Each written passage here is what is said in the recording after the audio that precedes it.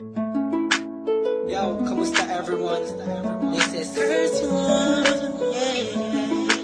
and it's another one. Here we go. Kahit anong gawin ko, upang maalis lang sa isipan ko. Credit sa bad beats. Paano mo sila kamusabi? Paano ka tumingin sa Downtown Entertainment. Okay. Pigilan Beat mo that pro. pintig ng And puso bro. ko. Chill. Hirap ko nang mag-amin sa'yo.